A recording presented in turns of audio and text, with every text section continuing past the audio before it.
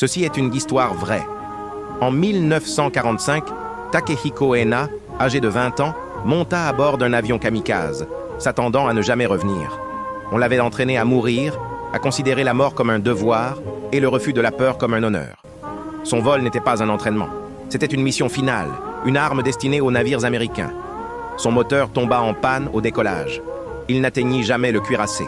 Sa vie fut épargnée, non par choix, mais par une défaillance. Lors de la deuxième tentative, une nouvelle panne de moteur l'obligea à abandonner avant d'atteindre sa cible. À la troisième mission, une autre panne l'envoya en mer. Lui et 2 membres d'équipage nagèrent jusqu'à une île et survécurent. Il rentra vivant, mais trouva plus de honte que de louange. Survivre, c'était déshonorer. Le Japon capitula. Takehiko survécut à la guerre, mais pas à la culpabilité. Pendant des décennies, il garda le silence. Pas de défilé, pas de récit, seulement des ombres. Les pilotes kamikazes devinrent des fantômes de l'histoire, rarement honorés, rarement condamnés. Il vieillit avec le poids d'avoir vécu là où d'autres étaient morts. Il ne demanda jamais pourquoi. Il survécut, non par volonté, mais par accident.